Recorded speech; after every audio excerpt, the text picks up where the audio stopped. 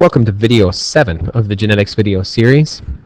Today we're going to be learning about multiple traits. So instead of just looking at one trait like eye color or hair color, we're actually going to see what happens when we try to track multiple traits in the kids. Before we get started for today, there's a whole bunch of stuff that you should have done. If we take a look at the last 3, 17, 18, and 19, you should have already watched the Punnett Square Level 2 video. You should have already read and answered the Punnett Square Level 2 questions. And you should have already taken, hopefully passed, the Punnett Square Level 2 quiz. You can follow along with today on the reading called Tracking Multiple Traits.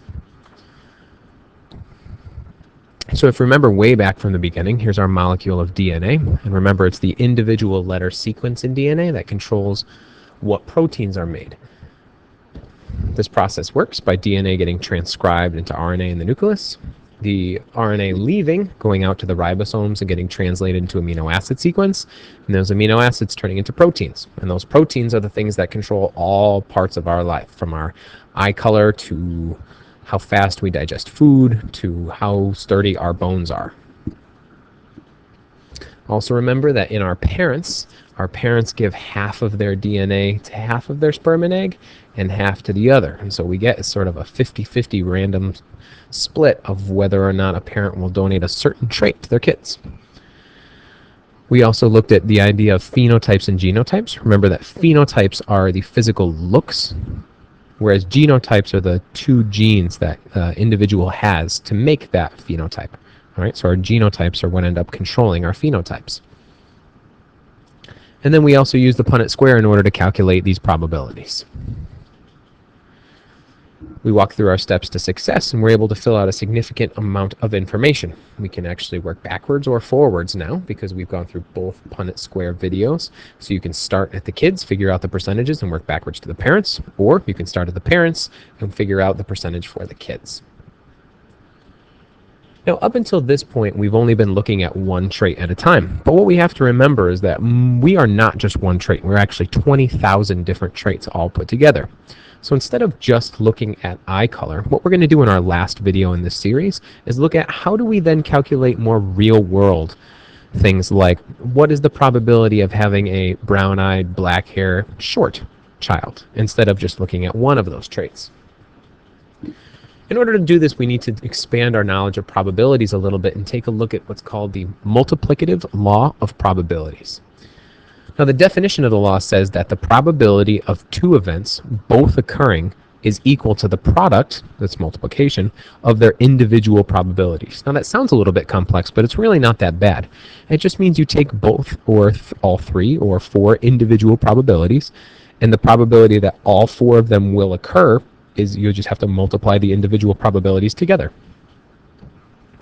For example, let's say that there's a 25% chance that I will find a coin on the ground for today. I'm just completely making up that number. We also know that there's a 50% chance that if I flipped a coin, it would land on heads. So the question then becomes, what is the probability that today I will find a coin on the ground, and when I flip it, it will land on heads? So it's not the individual probability in either of them, it's actually combining both together. So it's not just finding a coin, and it's not just a coin landing on heads, it's finding a coin and flipping it when it lands, and it lands on heads. So what we need to see here is that we have two different probabilities to work with. There's the 25% chance that I'll find a coin on the ground today, and there's a 50% chance that if I flip that coin, it would land on heads. According to the multiplicative law of probabilities, all I need to do is find the product of their individual probabilities.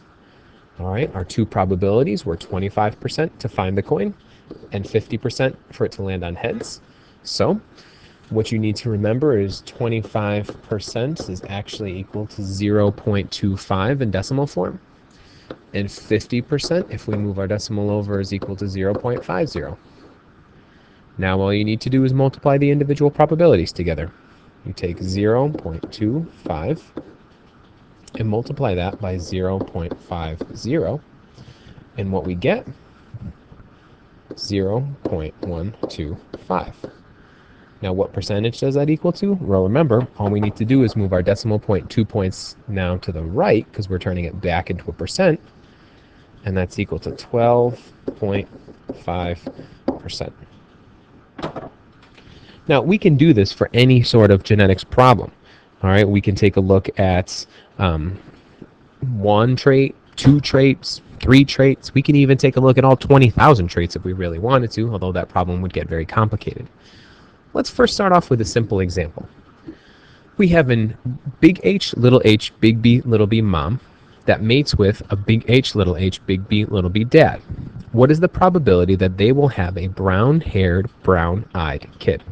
Now, the trick here is that we need to find each individual probability before we find their combined probability. So what we need to look for is what is the probability first that they would have a brown-haired child, and then find the probability they would have a brown-eyed child. Then we need to take both of those probabilities and multiply them by one another. Now, the easiest way that I like to organize this for myself is to break them apart. So we'll take this from mom, this from dad, and this what we're looking for in the kid, and kind of lay it out in a format that looks like this. So we see mom was big H, big B, little b. Dad was big H, big B, little b. And the kid we're looking for has brown hair and brown eyes. Now, the reason I lay it out like this is because you kind of want to think about these going vertically first before you multiply them together. All right, so first let's take a look at the hair color. Now, a lot of these we're going to start to do without doing a Punnett square. If you've done enough Punnett squares, you'll start to recognize the patterns that form. For example, if you have a big H, and a big H, and they mate with each other, you should recognize by now that the Punnett square, 75% of that Punnett square, so 3 out of the 4 squares should be brown hair and only 1 should be blonde. What that would actually look like, if you still wanted to do the Punnett square out, would look like this. So you get big, big, big, little, little, little, and then the chunk that we are looking for specifically are these 3 right here, because all 3 of those will give us brown hair. So in this case, brown would actually be 75%, which we'll write as 0.75. Now we could do the same thing with our traits over here, big B, and big B, little b mating to have a brown-eyed child. And again, you could start to recognize on your own without doing the Punnett square, but if you want to do the Punnett square out, it would be the same one as before, big, little, and what you get is big, big, little, little, little. And then which ones of those have brown eyes? Well, that would be these right here. That's 3 out of 4, which again is 75%. So these are our 2 individual probabilities. There's a 75% chance that the kid will have brown hair and a 75% chance that the kid will have brown eyes. But my original question that I asked was, what is the probability that they'll have a brown-haired and brown-eyed kid together? So if we use our multiplicative law, we just need to multiply the 2 individual probabilities, 0.75 times 0.75, and we get 0.5625. If we move our decimal point 2 spots over, we find that to be 56.25%.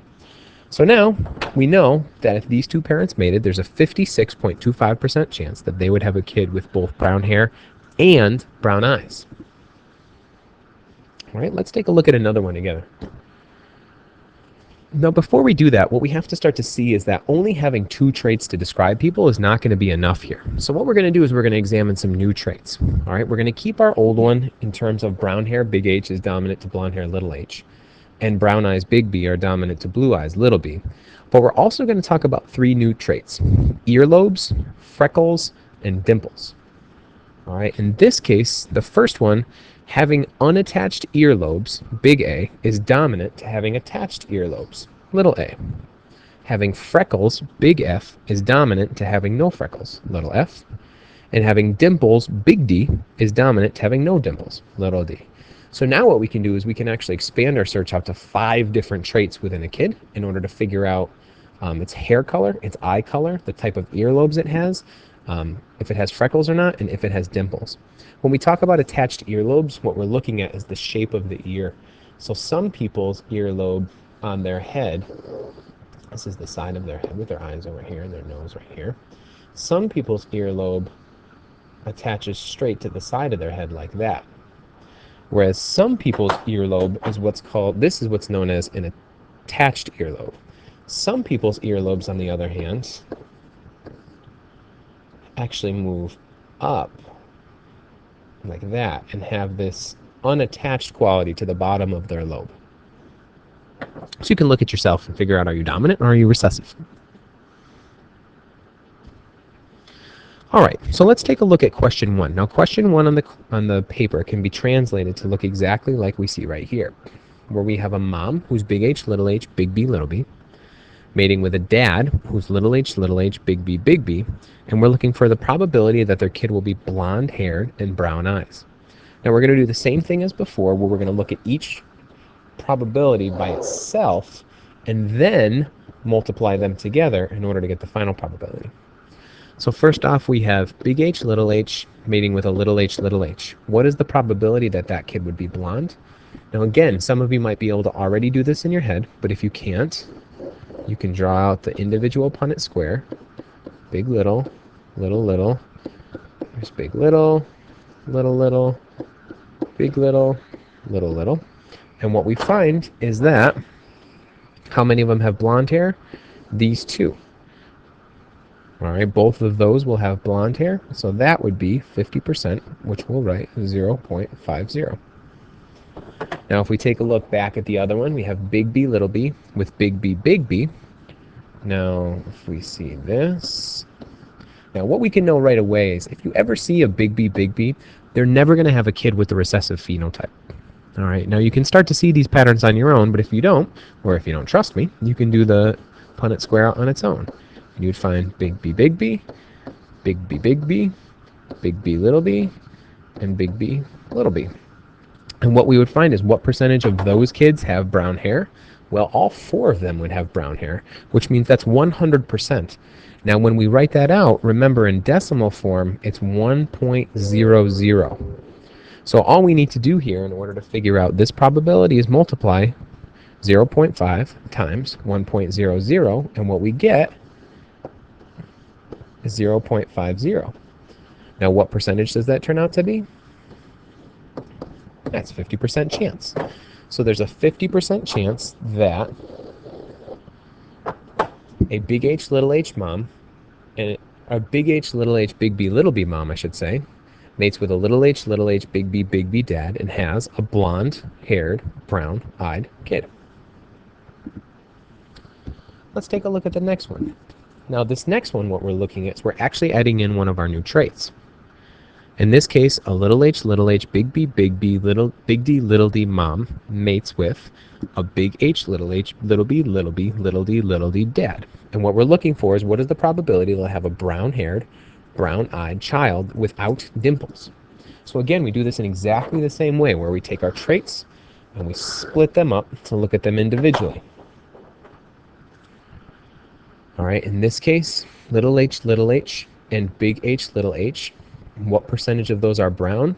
Hopefully you can start to see the pattern here that both of this should be 50%. All right, you could do the Punnett square out, and what you would find is 2 of the 4 squares are big H, little h, which means that 50% of them have brown hair. Now, what about eye color? Big B, and little b. What percentage of those kids will have brown eyes? You also should see here that this is going to be 100%, because if you have a big B and a big B, every one of those kids, it doesn't matter what dad is in this case, if mom is big B, all of those kids will have brown eyes. Last but not least, let's take a look at the dimples. We have a big D, and a little d. Now, if we remember back, dimples are dominant to no dimples. All right, so having dimples is the dominant trait in this case. So we're looking for the recessive trait because we're looking for no dimples. All right, so if we did this Punnett square out, what we'd see is that we'd get a big D, little d, big D, little d, little d. And how many of them would have no dimples? Well, remember, we're looking for the recessive, which are these 2, which would be 50%. All right. Now, do you remember what we should do with all 3 of these numbers? That's right, we need to multiply them together. So 0.5 times 1 times 0.5 gives us 0.25, which is equal to 25%. So what we can now say is that if a little h, big B, big D, little d, mom, mates with a big H, little b, little d, dad, there's a 25% chance that they would have a brown-haired, brown-eyed child without dimples. All right. Now we add in another trait. We add in freckles to this. Now I want you to try this one on your own. So remember what to do is you need to split up each trait on its own and look at their individual probabilities. After you've gone through that, you should be able to then multiply their individual probabilities to get the final one. All right, so you should pause this video now and on your own, try it. Once you've completed it, unpause the video and we'll go through the answer together.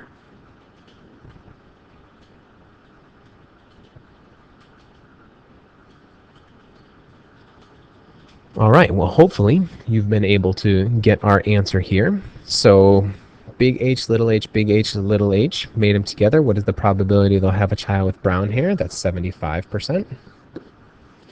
Big B, little b, what's the probability they'll have a kid with blue eyes? That should be 50%. Little d, big D, little d, what is the probability they'll have a kid with dimples? That's 50%. And last but not least with our F's, remember which is dominant, freckles or no freckles? All right, well, let's take a look back. Freckles are dominant to no freckles. So in this case, we're looking for no freckles. All right, so what you'll notice here is you probably are a little bit maybe confused as to how this one works, but if we look at this cross, big with little, you'll notice that all four of these options should have freckles and that none of them don't have freckles, which means that the percentage that this would occur is 0.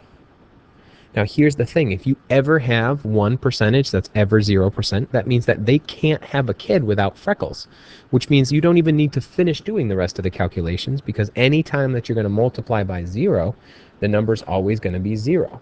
So there is no chance that these two parents would have this kid because there's no chance that these two parents could have a kid that doesn't have freckles. All right, let's do one more and then you're going to try the rest of these on your own. Now this problem's a little bit trickier because it doesn't give you the direct genotypes of mom and dad. You actually have to work this one out on your own a little bit. All right, so in this case, a man with a dimple and brown eyes. All right, now if he has a dimple and brown eyes, we know that dad has a couple of different options. If he has a dimple, he can either be big D, or big D, little d. And if he has brown eyes, he can either be big B, or big B, little b. Now, how do we choose which one dad is? Well, we have to look at dad's dad. Now, if you take a look, dad's dad has blue eyes and no dimples, which means that in both cases, his dad had to be little, which means the only letter that dad could give was a little b and a little d, which means that this guy can't be either of those two because his dad couldn't have given him a big B and his dad couldn't have given him a big D. So now we know that dad has to be big B, and big D, little d. So if we take a look here, we put these out here like this. Now let's take a look at mom. Marries a woman, now we're going to start off right here, with a dimple and brown eyes. All right, now mom's in the exact same case. Mom has a dimple, which means mom can either be big D, or big D, little d. And mom has brown eyes, which means she can either be big B, or big B, little b, because both of those will give her brown eyes. But mom's father in this case, all right, mom's father had blue eyes and no dimple again, which means that her dad had to be little b, and little d. which means mom's dad couldn't have given her a big B at all, which means it can't be big B, big B. He also didn't have a big D to give her, which means she can't be big D, big D. So again, now we find that's mom. And we'll lay these out here. Big B, little b, and big D, little d. Now what are we looking for in the kid? We're looking for a blue-eyed child without a dimple. So we're looking for blue eyes and no dimple. All right, now that we have this laid out, it's as easy as going through and doing exactly what we did before. Split them in half. What's the probability that big B, little b will have a blue-eyed kid? Hopefully you're seeing these patterns enough to recognize that's a 25% chance. It's only one of the 4 boxes will be little b, little b. And the same thing over here. There's only one box in this case that will be little d, little d. All right, now we simply take our two individual probabilities, which in this case is 0.25, and multiply it by the other probability, 0.25, and what we get is 0.6. Oh, that's not right. 0.0625. We move our decimal point over 2 spots, and what we get is 6.25%, which means that a man with a dimple and brown eyes whose father had blue eyes and no dimple, and a woman with a dimple and brown eyes whose father had blue eyes and no dimple have a 6.25% chance that they'll have a blue-eyed child without a dimple. Whoa. All right, that is the ultimate version of this kind of question. This is really the pinnacle of what we're looking for with our genetics work. If you can do this, you really have a good, solid understanding of all the genetics material that came before it. If you can't do this, at this point you should be rewinding the video to the point where we're talking about using multiple traits again and trying to find the point where you understand it and starting from there. You want to try this on your own if you feel like you're good to go. In order to do that, you want to read and answer the multi-traits questions. And when you feel like you really have those, take the multi-traits quiz. This is the last quiz that you'll be completing, so good luck.